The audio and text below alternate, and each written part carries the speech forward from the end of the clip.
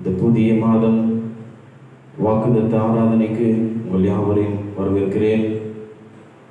11 மாதமும் கர்த்தர் நம்மை பாதுகாத்து வந்தார். பலவிதமான நெருக்கங்களில் நாம் இருந்த பொழுதிலும், பல சூழ்நிலைகள் நமக்கு எதிர்மாறாக இருந்த பொழுதிலும் கர்த்தர் கண்மணி போல நம்மை பாதுகாத்து நம்மை நடத்தி வந்திருக்கிறார். தலைகளை தாழ்த்தி நாம் நன்றி சொல்லுவோமா?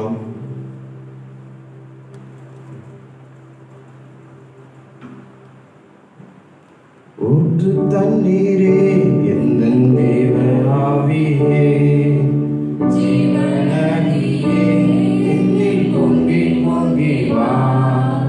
ஊற்று தண்ணீரே எந்தன் தேவ ஆவியே, ஜீவநதியே என்னில் பொங்கி பொங்கி வா. ஆசீர்வதியும் இயேசு கர்த்தரே,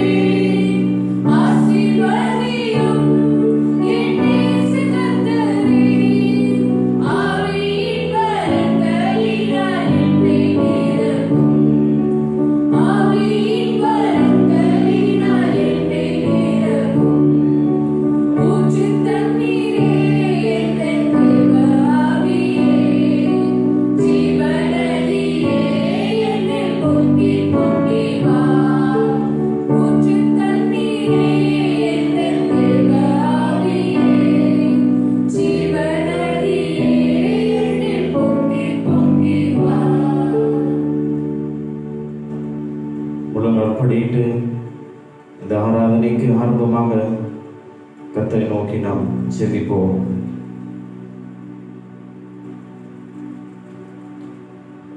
ஜெபிக்கலாம். எங்களை அதிகமாய் நேசிக்கிற பரலோகத்தின் தகப்பனே, அப்பா, நீ கொடுத்த இந்த ஆசீர்வாதமான இந்த புதிய நாளுக்காகவும் இந்த புதிய மாதத்திற்காகவும் நான் நன்றி செலுத்துகிறோம் ஆண்டவரே.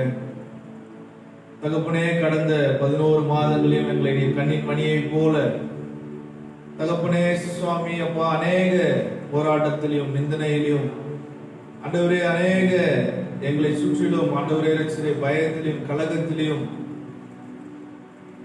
அப்பா, இந்த உலகமே ஆண்டவரே இந்த வருடத்துல ஒரு துக்கமான காரியங்கள் மத்தியில எங்களை நீர் கடந்து வரும்படியாக செய்த உடைய கிருபைக்காக நன்றி செலுத்துகிறோம். இந்த வருடத்தின் ஆண்டவரே கடைசி மாதத்துல முதலாண்டு அப்பாரே இந்த ஆசீர்வாதத்தின் இந்த வாக்குத்தத்தின் ஆராதனைக்கு எங்களை நீர் கூட்டி சேர்த்த உடைய கிருபைக்காக நன்றி செலுத்துகிறோம். தகப்பனே, இந்த காந்தி நகர்ல இந்திய திருச்சபை சுவிசேஷ திருச்சபையின் சபை மக்களுக்காகவும் நன்றி செலுத்துகிறோம். எங்களுடைய சபைகளையும் அப்பா, ஒவ்வொரு பிள்ளைகளையும் நீர் பாதுகாத்து கொண்ட உடைய கிருபைக்காக நன்றி செலுத்துகிறோம் ஆண்டவரே. இந்த கால வேளையில அப்பா நோக்கி நாங்கள் பார்க்கிறோம் ஆண்டவரே. எங்களுடைய உள்ளத்தின் ஆழத்திலிருந்து உமக்கு நாங்கள் நன்றி இருக்கிறோம் ஆண்டவரே. நீர் செய்த நன்மைகளுக்காக, நீர் செய்த அற்புதங்களையும் அதிசயங்களும் நாங்கள் எண்ணி எண்ணி நாங்கள் உமக்கு நன்றி செலுத்துகிறோம். தகப்பனே, இந்த கால வேளையில அப்பா நோக்கி நாங்கள் வந்திருக்கிற ஒவ்வொரு பிள்ளைகளோடு கூட என் தேவன் நீர் இடைப்படும்படியாக நாங்கள் சுபிக்கிறோம். இன்னும் ஆண்டவரே, வரக்கூடிய பிள்ளைகளை நீதாமை பாதுகாப்போடு நீர் கொண்டு வரும்படியாக நாங்கள் சுபிக்கிறோம். இந்த மாதத்தின் வாக்குத்தத்தினால் எங்களை நீர் ஆசீர்வதிக்கும்படியாக நாங்கள் சுபிக்கிறோம் ஆண்டவரே. அப்பா, இந்த ஆராதனை ஆரம்பம் முதல் முடிவு வரைக்கும் என் தேவனுடைய பிரசனம் ஆண்டவரே இந்த இடம் முழுவதுமாக நிரம்பி இருக்கும்படியாக நாங்கள் சுபிக்கிறோம் ஆண்டவரே. நாங்கள் ஏறெடுக்கிற ஆண்டவரே துதியின் ஆராதனை எங்களுக்கு ஆசீர்வதித்து தாங்க தகப்பனே. நாங்கள் கேட்க இருக்கிற செய்தி எங்களுக்கு நீதாமே எங்களோடு கூட நீர் பேசும்படியாக நாங்கள் சுபிக்கிறோம். இந்த கால வேளையில் ஆண்டவரே அப்பா, சிலுவையின் பின்பாக நீர் அப்பா ரசனுடைய தாசரை நீர் மறைத்து நீர் வெளிப்படும்படியாக நாங்கள் சுபிக்கிறோம். வந்த ஒவ்வொரு பிள்ளைகளை நீதாமே ஆசீர்வாதத்தோடு அப்பா மன நிறைவோடு வந்தது நல்லது என்று அப்பா சந்தோஷத்தோடு இந்த இடத்துல இருந்து கடந்து செல்லும்படியாக இந்த ஆராதனை முழுவதும் உடைய கரத்தை நாங்கள் ஒப்புவிக்கிறோம் ஆண்டவரே. நீரே பொறுப்பெடுத்து நடத்துங்க ராஜா. எல்லா துதி கன மகிமை எல்லாம் ஒருவருக்கே செலுத்துகிறோம். மீட்பு ரட்சகருமாக இயேசுவின் ஜெபம் கேளுங்க நல்ல பிதாவே, ஆமென். நாம் தொடர்ந்து கர்த்தருடைய ஜெபத்தை ஏறெடுக்கலாம். பரமத்தில் எங்கள் பிதாவே, உம்முடைய நாமம் பரிசுத்தப்படுவதாக, உம்முடைய ராஜ்யம் வருவதாக, உம்முடைய சித்தம் பரமத்திலே செய்கிறது போல பூமியிலேயும் செய்யப்படுவதாக. அன்றன்று உள்ள எங்கள் அப்பத்தை எங்களுக்கு இன்று தாரும். எங்களுக்கு விரோதமாய் குற்றம் செய்கிறவர்களுக்கு நாங்கள் மன்னிக்கிறது போல எங்கள் குற்றங்களை எங்களுக்கு மன்னியும். எங்களை சோதனைக்குள் பிரவேசிக்க பண்ணாமல் தீமையை எங்களை ரட்சித்துக் கொள்ளும். ராஜ்யம், வல்லமையும், மகிமையும் என்னென்னைக்கு முடிவுகளே. ஆமென்.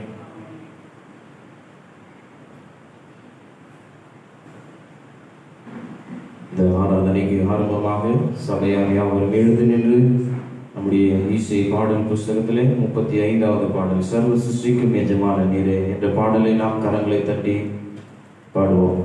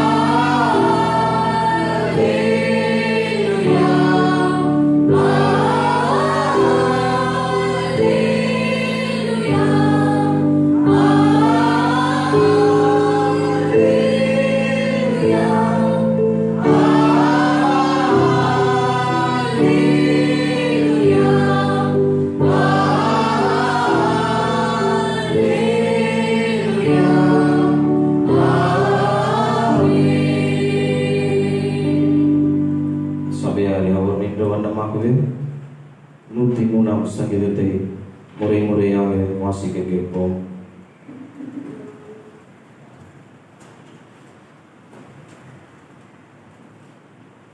சங்கீதம் 103. என் ஆத்துமாவே கர்த்தரை ஸ்தோத்திரி, என் முழு உள்ளமே அவருடைய பரிசுத்த நாமத்தை ஸ்தோத்திரி.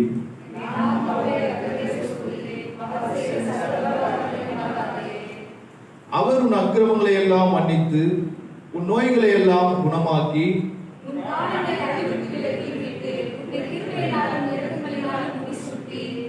நன்மையினால் உன் வாயை திருப்தி ஆக்குகிறார். கழுகுக்கு சமானமாய் உன் வயது திரும்ப வாழ வயது போல் ஆகிறது.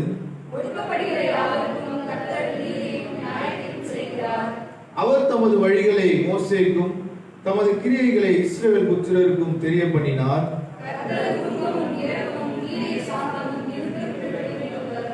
அவர் எப்பொழுதும் கடிந்து கொள்ளார், என்றைக்கும் கோபம் கொண்டிரார்.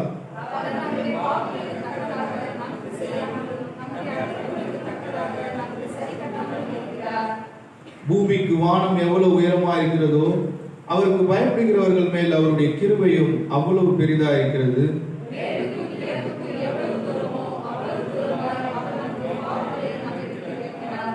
தகப்பன் தன் பிள்ளைக்கு இறங்குகிறது போல கர்த்தர் தமக்கு பயந்தவர்களுக்கு இறங்குகிறார்.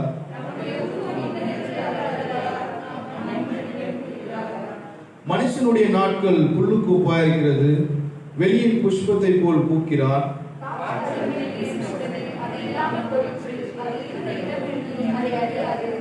கர்த்தருடைய கிருபையோ அவருக்கு பயந்தவர்கள் மேலும் அவருடைய நீதி அவர்கள் பிள்ளைகளுடைய பிள்ளைகள் மேலும் அனாதியாய் என்றென்றைக்கும் உள்ளது.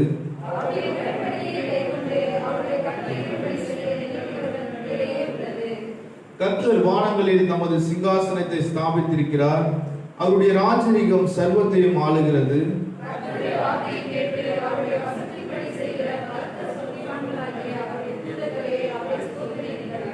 நாம் கடைசி 2 வசனங்களையும் நாம் சேர்ந்து வாசிக்கலாம்.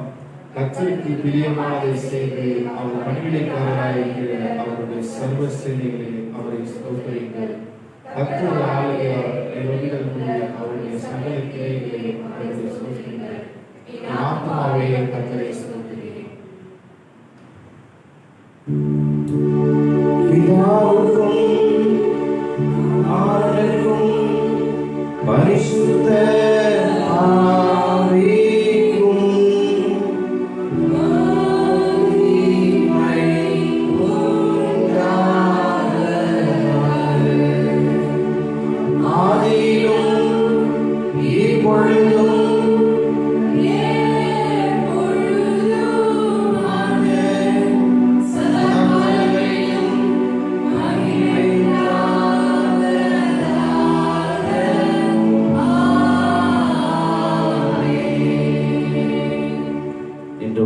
நம்முடைய விசுவாசத்தை அறிக்கை செய்வோம்.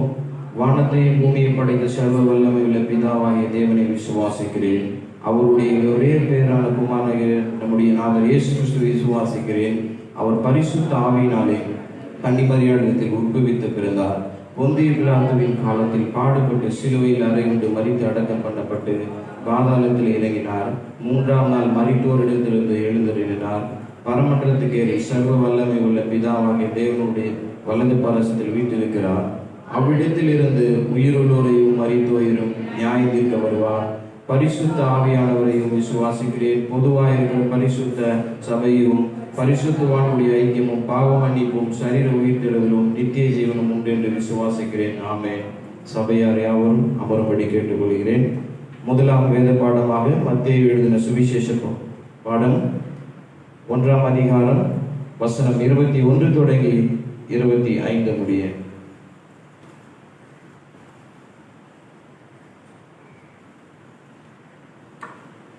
வாசிக்கும்படியாக தெரிந்து கொள்ளப்பட்ட வேத பாடம் மத்தேயு எழுதின சுவிசேஷம் 1ஆம் அதிகாரம் வசனங்கள் 21 முதல் 25 முடிய. மத்தேயு 1ஆம் அதிகாரம் வசனங்கள் 21 முதல் 25 முடிய. மரியாள் ஒரு குமாரனை பெறுவாள், அவருக்கு இயேசு என்று பெயரிடுவாயாக. ஏனெனில் அவர் தமது ஜனங்களின் பாவங்களை நீக்கி அவர்களை ரட்சிப்பார் என்றான். தீர்க்கதரிசியின் மூலமாய் கர்த்தராலே உரைக்கப்பட்டது நிறைவேறும்படி இதெல்லாம் நடந்தது. அவன், இதோ ஒரு கன்னிகை கர்ப்பவதியாகி ஒரு குமாரனை பெறுவாள், அவருக்கு இம்மானுவேல் என்று பெயரிடுவார்கள் என்று சொன்னான். இம்மானுவேல் என்பதற்கு தேவன் நம்மோடு இருக்கிறார் என்று அர்த்தமாம். யோசேப்பு நித்திரை எழுந்து கர்த்தருடைய தூதன் தனக்கு கட்டளையிட்டபடியே தன் மனைவியை சேர்த்துக் கொண்டு அவள் தன் முதல் பேரான குமாரனை பெருமளவும் அவளை அறியாதிருந்து அவருக்கு இயேசு என்று பெயரிட்டான் என்பதே வாசிக்கும்படியாக கொடுக்கப்பட்ட வேத பாடம் வாசித்து முடித்தாயிற்று. தேவனுக்கே மகிமை உண்டாவதாக. ஆமென். அறிவிப்புகள். திருவிருந்து வருகின்ற ஞாயிற்றுக்கிழமை போதகர் ஐயா அவர்கள் அருள்படும். ஹல்லேலூயா, ஹல்லேலூயா. கர்த்தருடைய நாமம் மகிமைப்படுவதாக. கர்த்தர் கொடுத்த இந்த பெரிதான கிருபைகளுக்கு நான் நன்றி சொல்ல கடமைப்பட்டிருக்கிறேன். நான் நிற்பதும் நிர்மூலமாகாமல் இருப்பதும் அவருடைய சுத்த கிருபை. ஹல்லேலூயா. அருமையான போதகர் ஐயா அவர்களுக்கும் இந்த வாய்ப்பினை கொடுத்த மனமார்ந்த எங்களுடைய ஸ்தோத்திரத்தை நன்றியை தெரிவித்துக் கொள்கிறேன். உங்கள் திருச்சபை யாவருக்கும் எங்களுடைய ஸ்தோத்திரத்தை நான் தெரிவித்துக் கொள்கிறேன். ஒவ்வொருவருக்கும் எங்களுடைய மனமார்ந்த வாழ்த்துதலை நான் தெரிவித்துக் கொள்கிறேன். எல்லா கண்களை மூடி செய்திக்கு நேராக கடந்து போவதற்கு முன்பு தேவனை நோக்கி நாம் பார்ப்போமா? எல்லார கண்களை மூடி உங்கள் இருதயத்தை கர்த்தரிடத்துல நோக்கி பார்ப்போமா?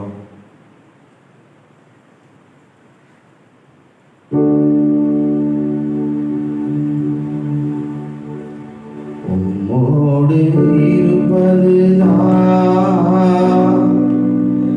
என் உள்ளத்தின் வாஞ்சையா, உம் சித்தம் செய்வதுதான் இதயத்தின் ஏக்கமையா. உம்மோடு இருப்பதுதான் என் உள்ளத்தின் வாஞ்சையா, உம் சித்தம் செய்வதுதான் இதயத்தின் ஏக்கமையா. இயேசையா உம்மைத்தானே என் முன்னே நிறுத்தியுள்ளேன். இயேசையா உம்மைத்தானே என் முன்னே நிறுத்தியுள்ளேன். உம்மோடு இருப்பதுதான் என் உள்ளத்தின் வாஞ்சையா, உம் சித்தம் செய்வதுதான் இதயத்தின் ஏக்கமையா. அன்பின் ஆண்டவரே, மோடு இருப்பதுதான் எங்களுடைய ஏக்கமும் எங்களுடைய வாஞ்சை ராஜா. இந்த 11 மாதங்களும் ஒருவேளை உம்மை விட்டு நாங்கள் உங்களுடைய சமூகத்தை விட்டு நாங்கள் விலகி போயிருந்தோம் அப்பா. எங்களை பாதுகாத்து இந்த 12வது மாதத்தை காணும்படிக்கு நீர் செய்கிறே அப்பா. இனி நாங்கள் உங்களை விட்டு போகக்கூடாது, உங்க சமூகத்துக்கு விலகி ஓடுகிறவர்களாக நாங்கள் இருக்கக்கூடாது அப்பா. உம்மை நோக்கி வருகிற பிள்ளைகளாக, உடைய வார்த்தைக்கு கீழ்ப்படுகிறவர்களாக நாங்கள் இருக்க ஆண்டவரே. இன்னைக்கு அநேகர் நீங்கள் நினைத்து கொண்டிருக்கலாம், நான் ஆலயத்துக்கு வருகிறேனே, ஆலயத்தின் காரியங்களில் நான் ஈடுபடுகிறேனே, ஏன் என்னுடைய வாழ்க்கையில் ஆசீர்வாதம் இல்லை, ஏன் என்னுடைய வாழ்க்கையில ஒரு உயர்வு இல்லை என்று நீங்கள் நினைத்து கொண்டிருக்கலாம். கர்த்தர் சொல்லுகிறார், அவருடைய பிரசன்னத்தை உணர முடியல. நீங்க உங்கள் பொல்லாத பாவங்களே அவருடைய பிரசன்னத்தை, அவருடைய ஆசீர்வாதத்துக்கு தடையாக இருக்கிறது. ஆண்டவரே, அப்படிப்பட்ட நிலைமையில ஒருவேளை இருந்தா ஆண்டவர் இன்றைக்கு ஒப்பு கொடுங்க. ஆண்டவர் பார்க்கிறார். பரலோகத்தில் வீட்டிருக்கிற கர்த்தர் இன்றைக்கு உங்களோடு கூட பேச போகிறார். கர்த்தர் உங்கள் ஒவ்வொருவருடைய உள்ளத்தை தொட போகிறார். ஒருவேளை நீங்கள் கலங்கி கொண்டு எப்படிப்பட்ட நிலைமைகளை ஒரு நெருக்கத்தில் வந்திருக்கலாம். கர்த்தர் உங்களுக்கு ஒரு விசாலமான ஒரு இடத்தை உண்டு பண்ண போகிறார். இந்த இடத்தை விட்டு நீங்கள் கடந்து போகும் பொழுது கர்த்தர் உங்களுடைய இருதயத்தின் வேண்டுதல்களை அவர் உனக்கு தரப்போகிறார். சங்கீதம் 20:4 அவர் உங்களுடைய மன விருப்பத்தின்படி தந்தனுடைய ஆலோசனைகள் எல்லாம் நிறைவேற்றிய அவர் உங்களை கடந்து போக செய்ய போகிறார். ஒப்பு கொடுங்க. ஆண்டவரே, நீங்க எங்களோடு கூட இருங்க, எங்க குடும்ப காரியத்தோடு கூட இருங்க. இந்த 12வது மாதத்துல ஆண்டவர் உமக்கு பிரியமான பிள்ளையாக இனி நாங்கள் நடக்கிறோம் என்று ஒப்பு கொடுங்க. ஆண்டவரே, உடைய வார்த்தையை அறிவிக்கும் இருப்பது கர்த்தனை அடியை மூடி மறைத்து நீ பேசுவீராக. உடைய பிரசன்னம் மாத்திரமே கடந்து வரட்டும். ஒவ்வொருவருடைய இருதயத்தை தொடும்படிக்காக செபிக்கிறேன். நீரே வெளிப்படு, என்னை மூடி மறைத்து இயேசுவின் மூலம் வேண்டிக் கொள்வோம் நல்ல பிதாவே, ஆமென். ஹல்லேலூயா, ஹல்லேலூயா. சத்தமா ஒரு ஹல்லேலூயா சொல்லலாமா? ஹல்லேலூயா. இது என்ன ஒரு மாதம்? கிறிஸ்துமஸ் மாதம். ஆமென். கிறிஸ்துமஸ் மாதத்துக்குள்ளாக நாங்கள் வந்திருக்கிறோம். ஆமென். ஆமாங்களா? யாருமே பேச மாட்டேன்றீங்க. கிறிஸ்துமஸ் மாதம் தானே, சந்தோஷமா இருங்க. கர்த்தருடைய சமூகத்தை நாடி வரும் பொழுது நம்ம எந்த ஒரு சோகமோ கவலையும் இருக்கக்கூடாது, சந்தோஷமாக தான் இருக்கணும். ஹல்லேலூயா. நம் செய்திக்குள்ள கடந்து போகலாம். நேரம் இல்லாதபடியினால சுருக்கமாக நான் முடிக்க ஆசைப்படுகிறேன். எடுத்து வாசிக்கலாம். மத்தேயு எழுதின சுவிசேஷ புஸ்தகம் 1ஆம் அதிகாரம் 23வது வசனம். அவன் இதோ ஒரு கன்னிகை கர்ப்பவதியாகி ஒரு குமாரனை பெறுவாள். அவருக்கு இம்மானுவேல் என்று பெயரிடுவார்கள் என்று சொன்னான். இம்மானுவேல் என்பதற்கு தேவன் நம்மோடு இருக்கிறார் என்று அர்த்தமாம். ஆமென். கரங்களை தட்டி நன்றி சொல்லுவோமா? தேவன் யாரோடு கூட இருக்கிறாரா? நம்மோடு கூட இருக்கிறார். இந்த மாதத்திற்கு வாக்குத்தத்தமாக தேவன் உங்கள் ஒவ்வொருவரோடு கூட இருக்கிறார். ஹல்லேலூயா. தேவன் உங்கள் ஒவ்வொருவரோடு கூட இருக்கிறார். உங்கள் குடும்ப காரியத்திலும் இருக்கிறார் அவர். ஹல்லேலூயா. இம்மானுவேல் என்பதற்கு தேவன் நம்மோடு கூட இருக்கிறார். ஒருவேளை நீங்கள் நினைத்து கொண்டிருக்கலாம், கர்த்தர் என்னோடு கூட இல்லை, நான் வழி விலகி போய் கொண்டிருக்கிறேனே, கர்த்தர் என்னோடு கூட இருப்பதற்கு நான் என்ன செய்ய வேண்டும்? 11 மாதமும் ஆண்டவருடைய பிரசன்னத்தை நான் உணரல, ஆண்டவரோடு கூட நான் ஒரு உறவை வைத்துக் கொள்ளவில்லை, நான் ஜெபிக்கிற வேதத்தை வாசிக்கிறேன், ஆனாலும் கர்த்தருடைய பிரசன்னத்தை உணர முடியல என்று நீங்கள், அவர் என்னோடு கூட இல்லை, நான் அவரோடு கூட ஒரு உறவை வைத்துக் கொள்ளவில்லை என்று நீங்கள் நினைத்து கொண்டிருக்கலாம். நான் சொல்ற ஒரு சில காரியங்களை நீங்கள் கடைபிடித்தால் நிச்சயமாக அவர் உம்மோடு கூட இருப்பார். ஹல்லேலூயா, ஹல்லேலூயா. இந்த 12வது மாதத்திற்காக வாக்குத்தத்தமாக பார்க்கும் பொழுது தேவன் ஒவ்வொருவரோடு கூட இருக்கிறார். ஹல்லேலூயா. வேதத்துல ஒரு சில பரிசுத்தவான்களுடைய வாழ்க்கையில் பார்க்கும் பொழுது தேவன் அவர்களோடு கூட இருக்கிறார். கர்த்தர் அவர்களோடு இருந்து பயப்படாதே பராக்கிரமசாலியே என்று வாக்கு கொடுத்ததை நாம் பார்த்திருக்கிறோம். ஒரு சில பரிசுத்தவான்களுடைய வாழ்க்கையில தேவன் அவர்களோடு இருப்பதற்கு என்ன காரணம் என்பதை நாம் பார்க்கலாம். எடுத்து வாசிக்கலாம். ஆதியாகமம் புஸ்தகம் 21ஆம் அதிகாரம் 22வது வசனம். ஆதியாகமம் 21ஆம் அதிகாரம் 22வது வசனம்.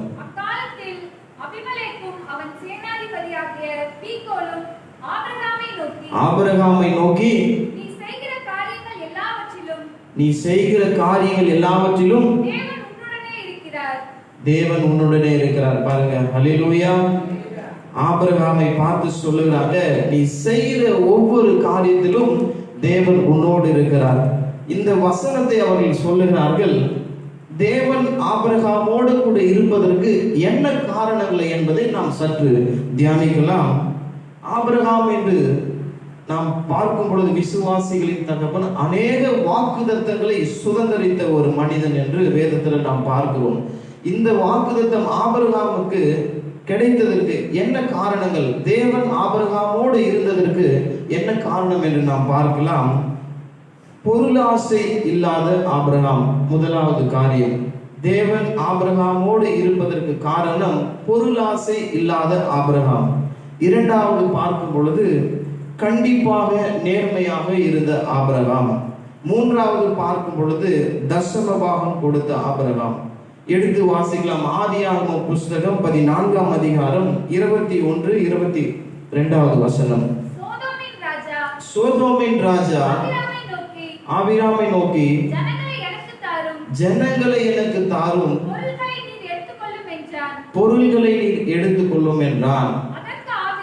அதற்கு ஆபிராம் சோதோமின் ராஜாவை பார்த்து, ஆபிராமை ஐஸ்வர்யவானாக்கினேன் என்று நீர் சொல்லாதபடிக்கு நான் ஒரு சரட்டையாகிலும் பாதரட்சை வாரையாகிலும் உமக்கு உண்டானவைகளில்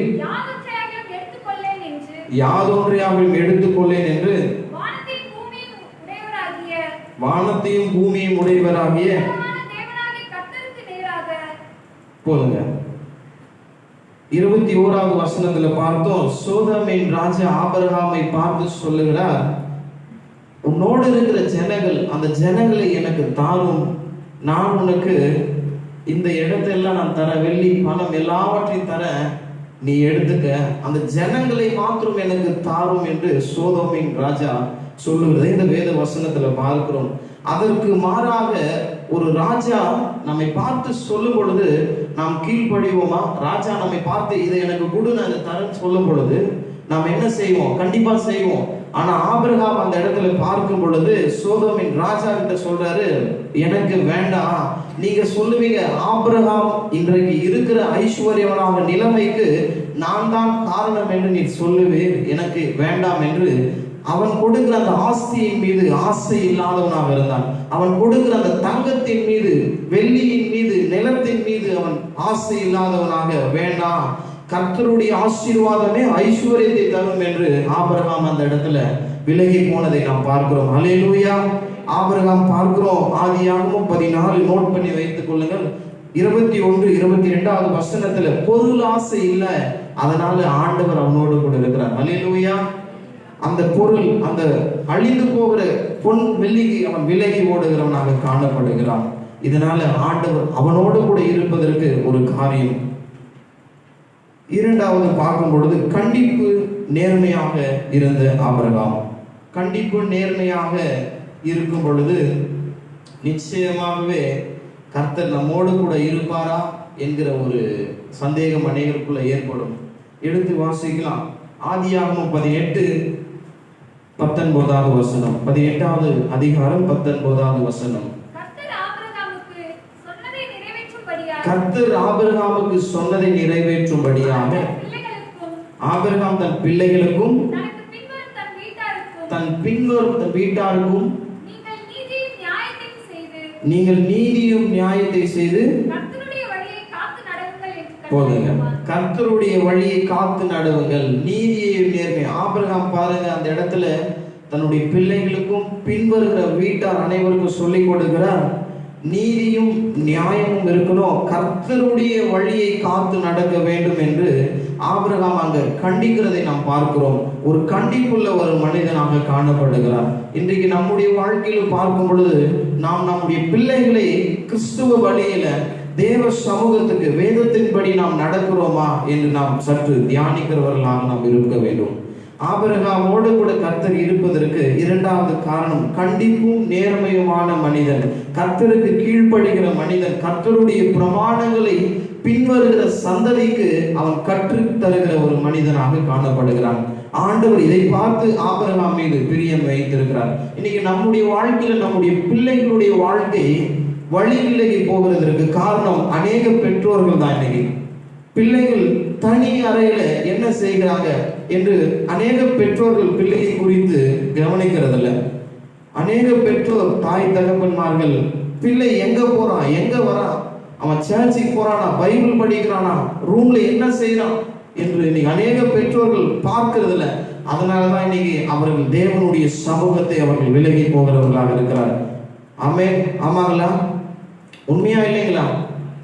இன்றைக்கு நீங்களும் கூட உங்களுடைய பிள்ளைகளுக்கு, உங்களுடைய வருகிற சந்ததிக்கு நீங்கள் கர்த்தருடைய வழியை காத்து நடப்பதற்கு நீங்கள் கண்டிப்பாக இருப்பீர்களானால் ஆண்டவருடைய வேதத்தை வாசிக்கும்படிக்கு, அவருடைய ஆலயத்துக்கு செல்லும்படிக்கு, ஓய்வு நாளில் உங்களுடைய பிள்ளைகளுக்கு ஆலயத்தை தவிர வேற எந்த காரியத்துக்கும் இடம் கொடுக்க கூடாது. அப்படி நீங்கள் உங்கள் குடும்பத்தின் பிள்ளைகளை வளர்ப்பீர்களானால் கர்த்தர் உங்கள் குடும்பத்தோடு கூட ஒவ்வொரு காரியத்திலும் அவர் உங்களோடு கூட இருப்பார். மூன்றாவது காரியம் பாருங்க, தசமபாகம் கொடுத்த ஆபிரகாம். ஆதியாகமம் 14ஆம் அதிகாரம் 18வது வசனம் 20வது வசனம் பாருங்க.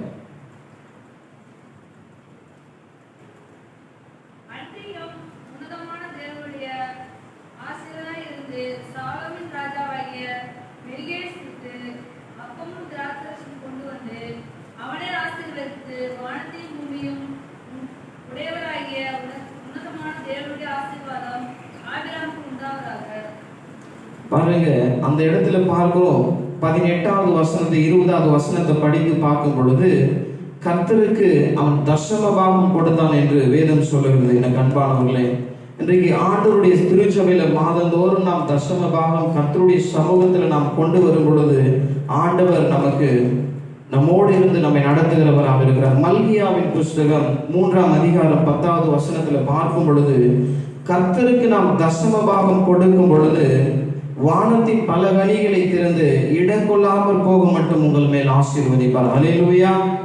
உங்கள் குடும்பத்துல ஏன் ஆசீர்வாதம் இல்லை என்று நீங்கள் நினைத்துக் கொண்டிருப்பீர்கள். ஆனால் இந்த 3 காரியத்தை நீங்கள் கடைபிடித்தாலும் ஆபிரகாமை உங்களுடைய நினைவில் கொண்டு நிச்சயமாகவே கர்த்தர் உங்கள் குடும்பத்தோடு கூட இருப்பார் என்று நான் விசுவாசிக்கிறேன். இரண்டாவது ஒரு மனிதனை குறித்து நாம் பார்க்கலாம். எடுத்து வாசிக்க நியாயாதிபதிகளின் புஸ்தகம் 6ஆம் அதிகாரம் 12வது வசனம். கர்த்தருடைய தூதனானவர் அவனுக்கு தரிசனமாகி பராக்கிரமசாலியே கர்த்தர் உன்னோடு இருக்கிறார் என்றார். ஆமென். பாருங்க, கிதியோனை பார்த்து வேதம் சொல்லுகிறது, பராக்கிரமசாலியே கர்த்தர் உன்னோடு கூட இருக்கிறார் என்று. பாருங்க, இந்த இடத்துல பாருங்க, மீதியானவருடைய கைக்கு இவர்கள் இருந்து அடிமைகளாக இவர்கள் வேலையை செய்து கொண்டிருக்கிறார்கள். கிதியோன் பயந்து கொண்டிருக்கிறான், நான் என்ன செய்வது, எதை செய்வது என்று. கிதியோனோடு கூட கர்த்தர் இருப்பதற்கு காரணத்தை பார்க்கும் பொழுது அவர் சொல்லுகிறார், பயப்படாத, நான் உன்னோடு கூட இருக்கிறேன் என்று சொல்லுகிறார். கிதியோன் பாருங்க, அவனுடைய வாழ்க்கை பாருங்க, கிமு 1222 முதல் 1182 வரை அவனுடைய வாழ்க்கை காலமாக இருக்கிறது. நியாயாதிபதிகள் புஸ்தகம் 6ஆம் அதிகாரம் 16வது வசனத்துல பார்க்கும் பொழுது கர்த்தர் சொல்லுகிறார், நான் உன்னுடனே கூட இருப்பேன் என்று சொல்லுகிறார். மீதியானியரை நான் எப்படி முறியடிப்பது என்று அவன் கர்த்தருடைய சமூகத்தை நோக்கி, தேவ தூதனை நோக்கி அவன் கேட்கும் பொழுது கர்த்தர் சொல்லுகிறார் அவருக்கு பதில், நான் உன்னுடனே கூட இருக்கிறேன் என்று அவர் வாக்கு கொடுக்கிறார். கிதியோனோடு கூட கர்த்தர் இருப்பதற்கு என்ன காரணம் என்று பார்க்கும் பொழுது தகர்க்க வேண்டியதை தகர்த்தான். முதலாவது காரியம், கர்த்தர் கிதியோனோடு கூட இருப்பதற்கு என்ன காரணம்? தகர்க்க வேண்டிய காரியங்களை தகர்த்து விட்டான். முதலாவது காரியம், நியாயாதிபதிகளின் புஸ்தகம் 6ஆம் அதிகாரம் 25வது வசனம் 27வது வசனத்தை பார்க்கும் பொழுது பாகால் பலிபீடத்தை அவன் தகர்த்து போட்டான் என்று வேதம் சொல்லுகிறது. 25வது வசனத்தை வாசிங்க. கர்த்தர் கிதியோனை நோக்கி,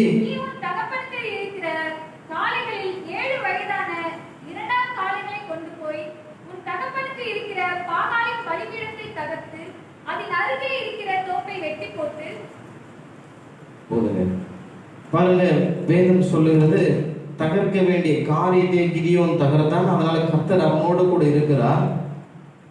பாகாலின் பலிபீடத்தை தகர்த்து போடு என்று கர்த்தர் சொல்லுகிறார். அந்த வார்த்தைக்கு அவன் கீழ்ப்படுகிறவனாக இருக்கிறான். பாகால் என்பதற்கு அசுத்தத்தை குறிக்கிறது. கர்த்தர் அருவருக்கிற ஒரு காரியம், அது அசுத்தமான ஒரு காரியம். பாகால் பலிபீடம், அந்த பலிபீடம் கர்த்தருடைய பார்வைக்கு பொல்லாப்பானதை காணப்பட்டது. கர்த்தர் சொல்லுகிறார், கிதியோனே நீ அதை தவிர்த்து போடு. அவனோடு வேலையாட்கள் 10 பேரை அழைத்து கொண்டு போறான். அந்த தோப்பை வெட்டி போடுகிறான். அவன் அந்த தோப்பை வெட்டி போட்ட பிறகு அந்த மரத்தை எல்லாம் அதே இடத்துல அவன் பலிபீடத்தை கட்டுகிறான், காணப்படுகிறான். எனக்கு அன்பானவர்களே, இன்றைக்கு கர்த்தர் அவனோடு கூட இருப்பதற்கு காரணம் அந்த பாகால் அசுத்தத்தை அவன் அகற்றி போட்டான். இன்றைக்கு நம்முடைய வாழ்க்கையில கூட அநேக அசுத்தங்கள் காணப்படுகிறது. இன்னைக்கு அநேக அசுத்தங்களை நாம் வைத்துக் கொண்டு கர்த்தர் என்னோடு கூட இல்லை, நான் ஜெபிக்கிற ஜெபத்தை அவர் கேட்கவில்லை, என்னுடைய ஜெபத்திற்கு பதில் கிடைக்கவில்லை என்று நீங்கள் அநேகர் அழுது புலம்பிக் கொண்டிருக்கலாம். ஒரு பக்கம் வேத புஸ்தகம், இன்னொரு பக்கம் உலக பிரகாரமான காரியங்களை நாம் வாழ்ந்து கொண்டிருந்தோமானால் எப்படி நம்முடைய வாழ்க்கையில கர்த்தர் இடைப்படுவார், எப்படி தேவன் நம்மோடு கூட இருப்பார் என்று நாம் சிந்திக்கிறவர்களாக காணப்பட வேண்டும். இன்றைக்கு ஒரு தீர்மானத்தை நீங்கள் எடுக்க வேண்டும். கர்த்தருக்கு பிரியமில்லாத காரியங்களை நான் விட்டு விடுவேன் என்று இன்றைக்கு நீங்கள் தீர்மானம் எடுப்பீர்களானால் கர்த்தர் கிதியோனோடு இருந்த அவர் உங்களோடு கூட இருந்து உங்களை நடத்த வல்லமை உள்ளவராக இருக்கிறார். அல்லேலூயா, அல்லேலூயா. இரண்டாவது காரியம் பார்க்கும் பொழுது, பலிபீடம் கட்டி பலி செலுத்தினான். அந்த அசுத்தத்தை அவன் தகர்த்து போட்டு அதே இடத்துல அவன் பலிபீடத்தை கட்டுகிறான். பலிபீடத்தை கட்டி அங்கே பலி செலுத்துகிறான் கர்த்தருக்கு என்று. நியாயாதிபதிகளின் புஸ்தகம் 6ஆம் அதிகாரம் 24ஆம் வசனம் 26வது வசனத்தை பார்க்கும் பொழுது, பலிபீடத்தை கட்டி அதற்கு யெகோவா ஷாலோம் என்று பெயரிட்டான். வாசிங்க 24ஆம் வசனம். அங்கே கிதியோன் கர்த்தருக்கு ஒரு பலிபீடத்தை கட்டி அதற்கு யெகோவா ஷாலோம் என்று பெயரிட்டான். 26வது வசனம் வாசிங்க. இந்த கர்த்தாரை உச்சியிலே பாதாள ஒரு இடத்தில் உன் தேவனாகிய கர்த்தருக்கு ஒரு பலிபீடத்தை கட்டி அந்த இரண்டாம் காளையை கொண்டு வந்து அதை நீ வெட்டி போட்ட தோப்பினுடைய கட்டை விரல்களின் மேல் சர்வாங்க தகனமாய் பலியிட கடவாய் என்றார். ஆமென். கரங்களை தட்டி நன்றி சொல்லுங்க. கரங்களை தட்டி நன்றி சொல்லுங்க. பாருங்க, அந்த அசுத்தமான தோப்புகள் எல்லாம் வெட்டி போடுற அந்த பாகால் எல்லாவற்றையும் அதையே இன்னைக்கு எரித்து அவன் பலி செலுத்துகிறான். ஆமென். இன்னைக்கு உங்களுடைய வாழ்க்கையில எது உங்களுக்கு பலவீனமாக தடையாக இருக்கிறதோ அதை கொண்டே கர்த்தர் பெரிய காரியத்தை செய்ய போகிறார். அல்லேலூயா. இன்றைக்கு நீங்கள் நினைத்து கொண்டிருக்கலாம், இந்த காரியம் தான் நான் முன்னேறி செல்லக்கூடாதபடிக்கு தடையாக இருக்கிறது, தேவன் என்னோடு கூட வாசம் செய்யக்கூடாதபடிக்கு பாவாலை போல அசுத்தம் என்னுடைய வாழ்க்கையில காணப்படுகிறது என்று நீங்கள் நினைத்து கொண்டிருக்கலாம். கர்த்தர் அதை நீக்கி போட்டு அதை கொண்டு ஒரு பெரிய காரியத்தை செய்ய போகிறார். ஆமென். பாருங்க, பலி செலுத்துகிறவனாக காணப்படுகிறான். முதலாவது தவிர்த்து போடுகிறான் கர்த்தருக்கு பிரியமில்லாத பாகாலை. இரண்டாவது பார்க்கிறோம், கர்த்தர் அவனோடு கூட இருக்கிற காரணம் பலிபீடத்தை கட்டி பலி செலுத்துகிறான். யெகோவா ஷாலோம் என்று அவன் பெயரிடுகிறான். யெகோவா ஷாலோம் என்ற பெயருக்கு சமாதானம் என்று அர்த்தம் என்று கூறப்படுகிறது. எனக்கு அன்பான தேவ பிள்ளைகளே, இன்றைக்கு நீங்கள் ஒருவேளை சமாதானத்தை இழந்து கொண்டு இந்த இடத்துல நீங்கள் இருக்கலாம். ஒருவேளை உங்களுடைய பிள்ளைகளுடைய எதிர்காலங்கள், திருமண காரியங்கள், படிப்பின் காரியங்கள், பல ஒரு நெருக்கத்துல வெளியே சொல்ல முடியாத பிரச்சனையில் நீங்கள் வந்திருக்கலாம். கர்த்தருடைய சமூகத்தை நாடி அவரை நோக்கி நீங்கள் மன்றாடும் பொழுது கர்த்தர் உங்களுக்கு ஒரு சமாதானத்தை நிறைவாக தர வல்லமை உள்ளவராக இருக்கிறார். அல்லேலூயா, அல்லேலூயா. மூன்றாவதாக பார்க்கும் பொழுது காணிக்கை கொடுத்தான் என்று வேதம் சொல்லுகிறது. எனக்கு அன்பானவர்களே, கிதியோன் பலி செலுத்தி அந்த மிருகங்களை, மாடுகளை காணிக்கை செலுத்தினான் என்று வேதம் சொல்லுகிறது. இந்த ஆபிரகாமுடைய வாழ்க்கையை பார்த்தோம், கிதியோனுடைய வாழ்க்கையை பார்த்தோம். மூன்றாவதாக புதிய ஏற்பாடுல நாம் வாசித்தோம். லூக்கா எழுதின சுவிசேஷம் 28 வசனம் வாசிங்க. லூக்கா எழுதின சுவிசேஷம் 1ஆம் அதிகாரம் 28வது வசனம். அவள் இருந்த வீட்டில் தேவதூதன் பிரவேசித்து கிருபை பெற்றவளே போதக. பாருங்க, மூன்றாவதாக இந்த காரியம் மரியாளை குறித்து சொல்லுகிறது வேத வசனம். இந்த சம்பவம் அநேகருக்கு தெரிந்திருக்கும். மரியாளோடு கூட கர்த்தர் இருப்பதற்கு, தேவன் இருப்பதற்கு என்ன காரணம் என்று நாம் சற்று யோசித்து பார்க்க வேண்டும். கிருபை பெற்றவளே வாழ்க, கர்த்தர் உன்னோடனே இருக்கிறார் என்று வேதம் சொல்லுகிறது. தேவதூதன் சொல்லுகிறான், கிருபை பெற்றவளே, தேவன் உன்னோடு கூட இருக்கிறார். ஏன் மரியாளோடு கூட இருப்பதற்கு என்ன காரணம் என்று நீங்கள் ஒருவேளை சிந்தித்துக் கொண்டிருக்கலாம். கர்த்தருடைய கிருபை அவள் மேல் இருந்தது. லூக்கா 28:30வது வசனத்துல வாசிக்கும் பொழுது, மரியாளே நீ பயப்படாதே, தேவனிடத்துல கிருபை பெற்றார். வாசிங்க அந்த வசனத்தை. தேவதூதன் மரியாளை நோக்கி, மரியாளே பயப்படாதே, நீ தேவனிடத்தில் கிருபை பெற்றாய். மரியாளே பயப்படாதே, நீ தேவனிடத்துல கிருபை பெற்றால், ஸ்திரீகளுக்குள்ளே விசேஷித்தமானவள் நீ. தேவதூதன் பார்த்து சொல்லுகிறார். எனக்கு அன்பானவளை, கிருபை பெற்றவள். இந்த கிருபை என்ன என்று நாம் யோசித்து பார்க்கும் பொழுது, கர்த்தரை நம்புகிறவர்களுக்கோ கிருபை சூழ்ந்து கொள்ளும். சங்கீதம் 32:10வது வசனத்தை வாசிங்க. துன்மார்க்கனுக்கு அநேக வேதனைகள் உண்டு, கர்த்தரை நம்பி இருக்கிறவனையோ கிருபை சூழ்ந்து கொள்ளும். மரியாள் எல்லா சூழ்நிலைகளையும் கர்த்தரை நம்புகிறவர்களாக காணப்பட்டாள் என்று வேதம் சொல்லுகிறது. பாருங்க, கிருபை பெற்றவள் என்பதற்கு இன்னைக்கு அவருடைய கிருபை எப்படி வரும்னா, அவரை நம்பும் பொழுது கிருபை வரும் என்று வேதம் சொல்லுகிறது. இன்னொரு காரியம், காத்திருக்கிறவர்களுக்கு கிருபை வரும் என்று 33 சங்கீதம் 33:18 வசனம் சொல்லுகிறது. கர்த்தருடைய சமூகத்துல காத்திருக்கிறவர்களுக்கு கிருபை கிடைக்கும் என்று சொல்லுகிறது வேத வசனம். சங்கீதம் 92:3 வசனத்துல பார்க்கும் பொழுது, காலையில தேவனை தேடுகிறவர்களுக்கு கிருபை கிடைக்கும் என்று வேதம் சொல்லுகிறது. எனக்கு அன்பானவர்களே, இன்றைக்கு மரியாளுடைய வாழ்க்கையில பார்க்கும் பொழுது கூட இப்படிப்பட்ட காரியங்கள், அவள் தேவனுடைய சமூகத்தை நோக்கி அவள் அமர்ந்திருந்து காத்திருந்த பொழுதிலும் அவளுக்கு கிருபை கிடைத்திருக்கும் என்று நான் நம்புகிறேன். இரண்டாவது பார்க்கும் பொழுது நல்ல குணமுடையவள் என்று வேதம் சொல்லுகிறது. லூக்கா எழுதின சுவிசேஷ புஸ்தகம் 1 அதிகாரம் 29 வசனம். அவளோ அவனை கண்டு அவன் வார்த்தையினால் கலங்கி இந்த வார்த்தைகள் எப்படிப்பட்டதோ என்று சிந்தித்துக் கொண்டிருந்தாள். பாருங்க, 40 வசனம் வாசிங்க. சகரியாவின் வீட்டுக்குள் பிரவேசித்து எலிசபெத்தை வாழ்த்தினாள். போதுங்க. முதலாவது பார்க்கும் பொழுது சிந்தித்துக் கொண்டிருந்தார். இன்றைக்கு தேவதூதன் இப்படிப்பட்ட காரியத்தை மரியாளிடத்துல சொல்லிவிட்டா, நீ கர்ப்பவதியாக இருக்கிற, திருமணத்துக்கு நிச்சயிக்கப்பட்ட ஒரு பெண் மரியாள். அந்த சமயத்துல தேவதூதன் இப்படிப்பட்ட ஒரு காரியத்தை சொல்லும் பொழுது ஊரார் எல்லாம் கேள்விப்பட்ட பொழுது பலவிதமான அசிங்கங்கள், அவமானங்கள் மரியாளுக்கு ஏற்பட்டிருக்கிறோம். ஆமாங்களா? கரெக்ட் தானே?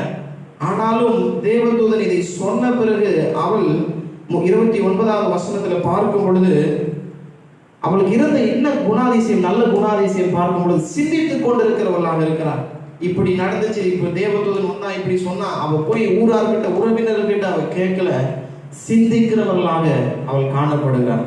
ஆமென். இன்னைக்கு நம்முடைய வாழ்க்கையில கூட பொறுமையாக நாம் சிந்திக்கிறவர்களாக, நாம் எடுக்கிற ஒவ்வொரு காரியத்திலும் பொறுமையாக சிந்தித்து செயல்படும் பொழுது கர்த்தர் நம்மோடு கூட இருப்பார். இரண்டாவது, அந்த காரியத்தை தொடர்ச்சியாக பார்க்கும் பொழுது அவளுடைய உறவினராகிய எலிசபெத் கர்ப்பவதியாக இருக்கிறாள் என்பதை கேட்டு மரியாள் வாழ்த்தினதினால் எலிசபெத் கர்ப்பத்தில் இருக்க குழந்தை துள்ளினது என்று நாங்கள் கேள்விப்படுறோம் வேதத்துல. ஆமாங்களா? பார்க்கிறோம்ல, மரியாள் போய் அங்க வாழ்த்துறா. அவ வாழ்த்தின உடனே எலிசபெத் வயிற்றில் இருந்த அந்த குழந்தை ஆடியது, துள்ளினது. இன்றைக்கு நீங்களும் கூட ஆண்டவர் உங்களோடு கூட இருந்தாருன்னா, நீங்க இன்னொரு இடத்துல போகும் பொழுது, பிறர் இடத்துல பேசும் பொழுது அந்த இடத்துல தேவனுடைய நாமம் மகிமைப்படும். ஆமென், ஹல்லேலூயா. மரியாளோடு கூட கர்த்தர் இருந்ததுனாலதான் எலிசபெத்துடைய வயிற்றில் இருக்கிற குழந்தைக்கு தெரிந்தது. ஆமென், ஆமென். எல்லாம் சொல்லுங்க, ஆமென் சொல்லுங்க. யாருமே பேச மாட்டேன்றீங்களே, அமைதியா இருக்கிறீங்களே. மூன்றாவது பார்க்கும் பொழுது அர்ப்பணிப்பு குணத்தை உடையவள் மரியாள். முதலாவது பார்த்தோம் கிருபை பெற்றவள், இரண்டாவது பார்த்த நல்ல குணம் இருந்தது, இதற்காக கர்த்தர் மரியாளோடு இருக்கிறார். மூன்றாவது பார்க்கிறோம் அர்ப்பணிப்பு, அவள் தேவனுக்கு என்று அர்ப்பணிக்கிற ஒரு ஸ்திரியாக காணப்பட்டாள் என்று வேதம் சொல்லுகிறது. லூக்கா எழுதின சுவிசேஷ புஸ்தகம் 1 அதிகாரம் 38 வசனம். அதற்கு மரியாள், இதோ நான் ஆண்டவருக்கு அடிமை, உம்முடைய வார்த்தையின்படி எனக்கு ஆகக் கடவது என்றாள். இது பாருங்க, போதுங்க. மரியாள் சொல்லுங்க, இதோ நான் ஆண்டவருக்கு அடிமை என்று அவர் அர்ப்பணிக்கிறார். எப்படி அர்ப்பணிக்கிறார்? இதோ நான் ஆண்டவருக்கு அடிமை. இன்றைக்கு அப்படி மரியாளுக்கு ஏற்பட்ட அப்படிப்பட்ட சூழ்நிலை நமக்கு வந்தால் நாம உயிரோடு இருப்போமா? கொஞ்சம் சிந்தித்து பார்க்கலாம். மரித்து போய்விடுவோம், ஏதாவது ஒரு தற்கொலை செய்து கொண்டு அப்படிப்பட்ட அவமானம் வந்த பொழுதிலும், நிச்சயித்து பிறகு அவளுக்கு அப்படிப்பட்ட ஒரு காரியம் சூழ்ந்த பொழுதிலும் நான் ஆண்டவருக்கு அடிமை என்று அவள் அர்ப்பணிக்கிற ஒரு சகோதரியாக காணப்பட்டாள். ஹல்லேலூயா. இன்றைக்கு உங்களுடைய வாழ்க்கையிலும் கூட எப்பேற்பட்ட சூழல்கள், எப்பேற்பட்ட துன்பங்கள், அவமானங்கள் வந்தாலும் கூட ஆண்டவருக்கு நான் அடிமை, ஆண்டவருடைய மகள், ஆண்டவருடைய வழியை விட்டு நான் விலக மாட்டேன், கர்த்தருடைய வசனத்துக்கு நான் கீழ்ப்படிவேன் என்று நீங்கள் நினைக்கும் பொழுது உண்மையாகவே ஆண்டவர் உங்களோடு கூட நிச்சயமாக இருப்பார் என்று நான் சொல்லுகிறேன். ஹல்லேலூயா, ஹல்லேலூயா. இன்னொரு காரியம், எரேமியாவோடு இருந்த இம்மானுவேல். ஆபிரகாமோடு இருந்த இம்மானுவேல் பார்த்தோம், கிதியானோடு இருந்த இம்மானுவேல் பார்த்தோம், மூன்றாவது மரியாளோடு இருந்த இம்மானுவேல், எரேமியா கடைசியாக எரேமியாவோடு இருந்த இம்மானுவேல். எரேமியாவோடு கர்த்தர் இருப்பதற்கு என்ன காரணம் பாருங்க. எரேமியா 1ஆம் அதிகாரம் 8வது வசனத்தை வாசிங்க. நீ அவர்களுக்கு பயப்பட வேண்டாம், உன்னை காக்கும்படிக்கு நான் உன்னுடனே இருக்கிறேன் என்று கர்த்தர். ஆமென். அருமையான ஒரு வாக்குத்தத்த வசனத்தை பாருங்க. நீ அவர்களுக்கு பயப்பட வேண்டாம், உன்னை காக்கும்படிக்கு நான் உன்னுடனே இருக்கிறேன். எரேமியாவுக்கு கர்த்தர் கொடுக்கிற வார்த்தை பாருங்க. ஏன் ஆண்டவர் எரேமியாவுக்கு இதை சொல்லுகிறார்?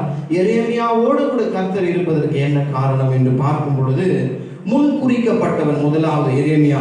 எரேமியா 1ஆம் அதிகாரம் 5வது வசனத்துல வாசிங்க. 5வது வசனம். நான் உன்னை தாயின் வயிற்றில் உருவாக்கும் முன்னே உன்னை அறிந்தேன். போதுங்க. நான் உன்னை தாயின் கருவினிலே உருவாக்கும் முன்னே உன்னை அறிந்தேன். தாயின் கருவினிலே உருவாகுவதற்கு முன்னே எரேமியாவை அறிந்தாராம். இன்னைக்கு நம்மையும் கூட ஆண்டவர் அப்படிதான் நினைத்திருக்கிறார். ஆனால் ஒரு சில காரியத்துக்காக நாம் ஆண்டவருடைய பிரசன்னத்தை, ஆண்டவருடைய உணர்வுகளை நாம் உணராதவர்களாக இருக்கிறோம். முன்குறிக்கப்பட்ட ஒரு மனுஷனாக எரேமியா காணப்பட்டார் என்று வேதம் சொல்லுகிறது. இதனாலும் ஆண்டவர் எரேமியாவோடு கூட இருக்கிறார். இன்னைக்கு நீங்களும் நானும் தான் முன்குறிக்கப்பட்டோம். ஒருவேளை ஆண்டவருடைய சமூகத்துக்கு நாம் விலகி நிற்போமானால் இன்றைக்கு நாம் அர்ப்பணிப்போம். கர்த்தர் நம்மோடு கூட இருப்பார். இரண்டாவதாக பார்க்கும் பொழுது பரிசுத்தமான தீர்க்கதரிசி. எரேமியா தீர்க்கதரிசி, பரிசுத்தமான தீர்க்கதரிசி. அதற்காக ஆண்டவர் எரேமியாவோடு கூட இருக்கிறார் என்று வேதம் சொல்லுகிறது. அதே 1:5 வாசிங்க. நான் உன்னை தாயின் வயிற்றில் உருவாக்கும் முன்னே உன்னை அறிந்தேன், நீ கர்ப்பத்திலிருந்து வெளிப்படும் முன்னே நான் உன்னை பரிசுத்தம் பண்ணி. நான் உன்னை பரிசுத்தம் பண்ணி. போதுங்க. பாருங்க, கர்ப்பத்திலிருந்து வெளிப்படும் முன்னே பரிசுத்தம் பண்ணி என்று ஆண்டவர் எரேமியாவுக்கு கொடுக்கிறார். இதற்காக ஆண்டவர் எரேமியாவோடு கூட இருக்கிற ஒரு காரணம். மூன்றாவது, கண்ணீரோடு ஜெபிக்கிறவன். எரேமியா 9ஆம் அதிகாரம் 1வது வசனத்தை பார்க்கும் பொழுது கண்ணீரோடு ஜெபிக்கிற ஒரு மனுஷனாக எரேமியா காணப்படுகிறான். இன்றைக்கு நம்முடைய வாழ்க்கையில நாம் சிந்தித்து பார்க்க வேண்டும். நாம் கண்ணீரோடு ஜெபிக்கிறோமா என்று நீங்கள் நினைத்து கொண்டு பார்க்கலாம். ஒரு 5 நிமிடம் 10 நிமிடம் ஜெபிப்போம். தேசத்திற்காக கண்ணீரோடு ஜெபிப்போமா? நம்மை சுற்றி நடக்கிற அக்கிரமங்களுக்காக நாம் கண்ணீரோடு ஜெபிக்கிறோமா என்று நாம் நினைத்து பார்க்கலாம். நம்முடைய சுயத்திற்காக நாம் ஜெபிக்கிறவர்களாக காணப்படக்கூடாது. நம்முடைய திருச்சபைகளுக்காக ஜெபிக்கணும். திருச்சபையில் இருக்கிற ஒவ்வொரு விசுவாசிகளுக்காக ஜெபிக்கணும். வாலிப பிள்ளைகளுக்காக ஜெபிக்கணும். நாம் ஜெபிக்கிறவர்களாக இருந்தால்தான் ஆண்டவர் நம்மோடு கூட இருப்பார். ஹல்லேலூயா, ஹல்லேலூயா. தேவன் நம்மோடு கூட இருக்கிறார். ஒவ்வொரு பரிசுத்தவான்களோடு கூட கர்த்தர் இருக்க காரணத்தை நாம் பார்த்தோம். இன்றைக்கு நம்முடைய வாழ்க்கையில கூட கர்த்தர் நம்மை நடத்த வல்லமை உள்ளவராக இருக்கிறார். கண்களை மூடி நாம் அப்படியே ஜெபிப்போம்.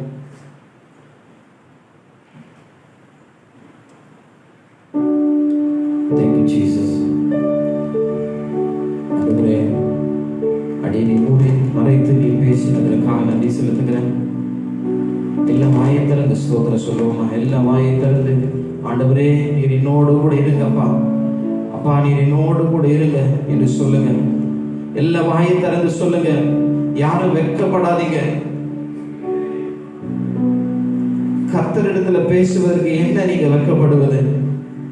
உன்னை உண்டாக்கின தேவன் அவர் பார்த்து கொண்டிருக்கிறார். இந்த புதிய மாதம், இந்த முதல் நேரத்துல அவரை நோக்கி பார்க்கும்படிக்கு அவருடைய சமூகத்துக்கு நீங்க வந்திருக்கிறீங்க இல்லையா? அவர் பார்க்கிறார். என் மகள் என்ன கேட்கலையே, என் மகன் என்ன கேட்கலையே, நான் எப்படி அவனுக்கு இறங்குவேன் என்று அவர் பார்த்து கொண்டிருக்கிறார். கேளுங்க, இயேசுவே என்னை நிரப்புங்கப்பா என்று கேளுங்க.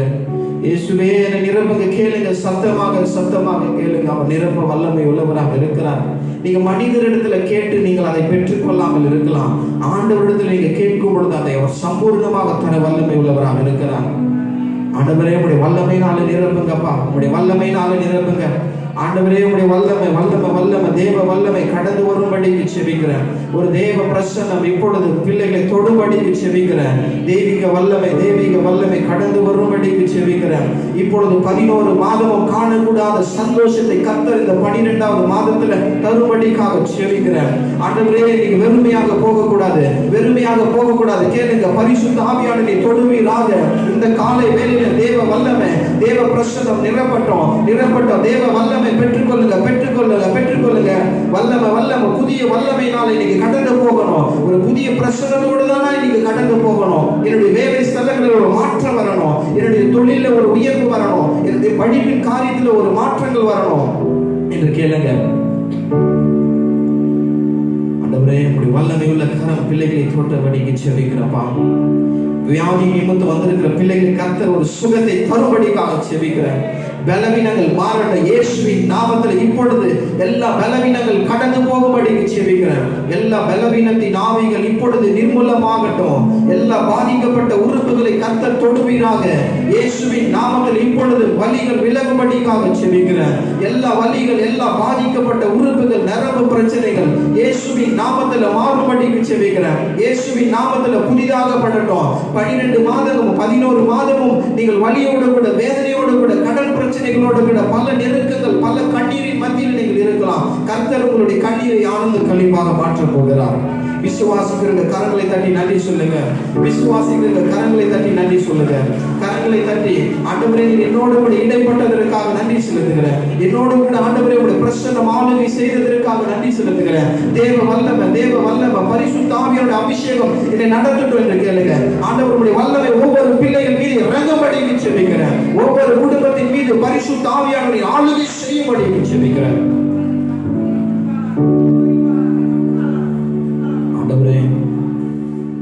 வெளியே சொல்ல முடியாத பிரச்சனையோடு கூட இருக்கிற பிள்ளைகளை இருதை நீர் அறிந்திருக்கிறபடிக்காக நன்றி செலுத்துகிறேன்.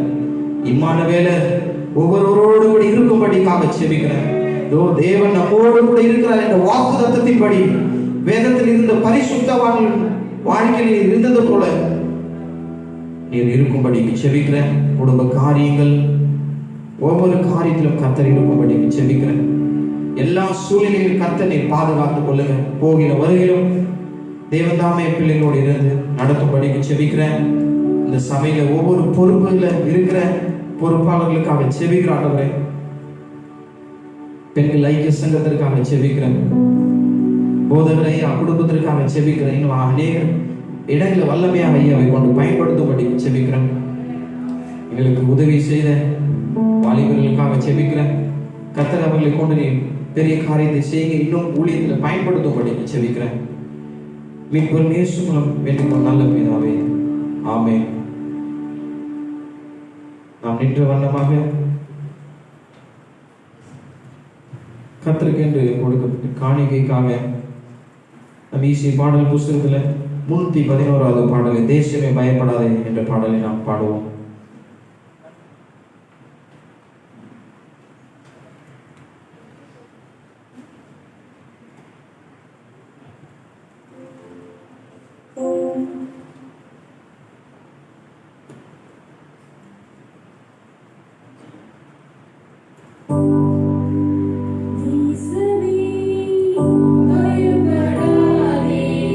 மகிழ்ந்து களி கூறு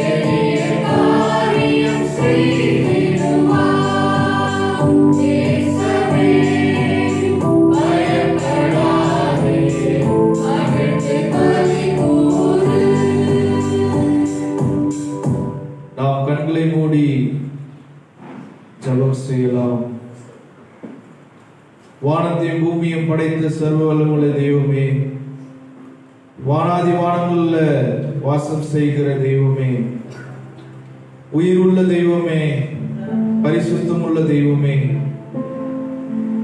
ராஜா, கடந்த 11 மாதங்களையும் எங்களை நீர் கண்ணீர் மணியை போல அப்பா, ஒரு தாய் ஒரு பிள்ளையை தேற்றுவது போல, ஒரு தகப்பன் தன் குழந்தையை தூக்கி சுமப்பதை போல எங்களை இந்த 2020ஆம் ஆண்டுல எங்களை நீ நடத்தி வந்த உடைய பாதைகள், ஆண்டவரே, உடைய இரக்கங்கள், உடைய கிருபைகளுக்காக நான் நன்றி செலுத்துகிறோம். ஆண்டவரே, எங்களை சுற்றிலும் நடந்த சம்பவங்களை நாங்கள் அறிவோம். ஆண்டவரே, இந்த கொள்ள நோயின் காலங்கள்ல தேவன் எங்களை காத்து வழிநடத்தி வந்தீங்க, அதற்காக நன்றி செலுத்துகிறோம்.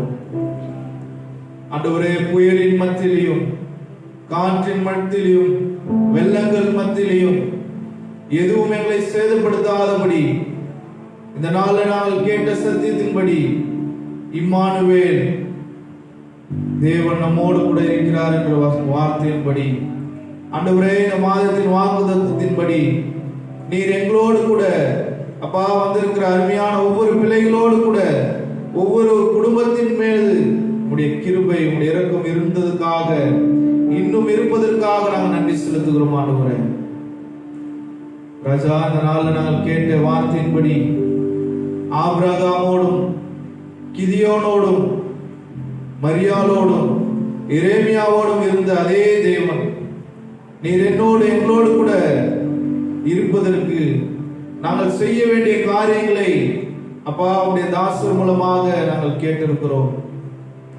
வருகின்ற நாட்கள்ல ஆண்டவரே, இந்த மாதம் முழுவதுமாக இந்த சத்திய வசனத்திற்கு நாங்கள் கீழ்ப்படியக்கூடிய அந்த கிருபை எங்களுக்கு தரும்படியாக நாங்கள் வேண்டுகிறோம். ஆண்டவரே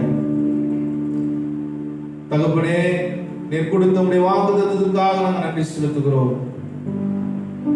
இந்த உலகத்தில் ஆண்டவரே, எங்களை சுற்றிலும் இன்னும் எத்தனை மக்கள் ஆண்டவரே இன்னும் மறித்து கொண்டிருக்கிறாங்க ராஜா. இந்த 2020 ஆரம்பித்த அநேகர் இந்த முடிவுக்கு வர முடியாதபடி அநேகர் இந்த உலகத்தை விட்டு கடந்து போயிட்டாங்க ராஜா. ஆனா நீர் எங்களோடு கூட உடைய கிருபை, உடைய இரக்கம் எங்கள் மேல நீர் வைத்ததற்காக நாங்கள் நன்றி செலுத்துகிறோம். ஆண்டவரே,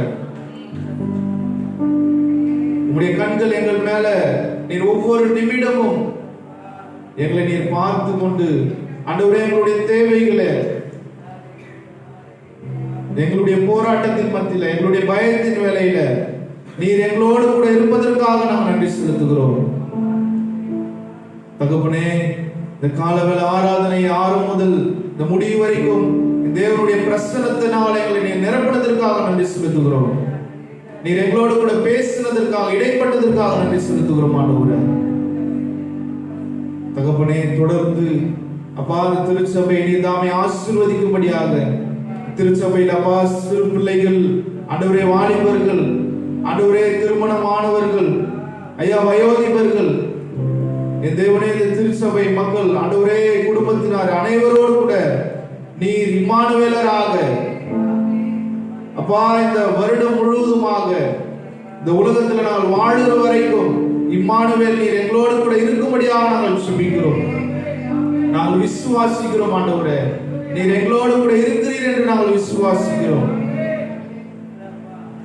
தகப்பனே, நீரே பெரிய காரியங்களை செய்தோம். எங்களுடைய சபை ஆண்டவரே ஆயிரக்காக நாங்கள் செபிக்கிறோம். ஐயாவை நீர் ஆசீர்வதியும், ஐயாவுடைய குடும்பத்தை நீர் ஆசீர்வதிங்க. ஆண்டவரே அப்பா, நீர் தாமே சுகத்தோடும் பலத்தோடும் மீண்டுமாக நீர் பாதுகாப்போடு நீர் ஐயாவை எங்கள் மத்தியில் நீர் கொண்டு வரும்படியாக நாங்கள் செபிக்கிறோம். வந்து ஒவ்வொரு பிள்ளைகளை நீர் தாமே ஆசீர்வதிங்க, பெரிய காரியங்களை செய்தோம். இயேசு மூலம் ஜெபங்களுக்கு நல்ல பிதாவே, ஆமென். ஆசீர்வாதத்தை பெற்றுக் கொள்ளலாம். நம்முடைய கர்த்தராகிய இயேசு கிறிஸ்துவுடைய கிருபையும் பிதாவாகிய தேவனுடைய அன்பும் பரிசுத்த ஆவியானவருடைய அன்யோன்ய ஐக்கியமும் நம் அனைவரோடு கூட இன்றும் என்றும் சதா காலங்களிலும் நம்மோடு கூட இருப்பாராக. ஆமென். ஆமென்.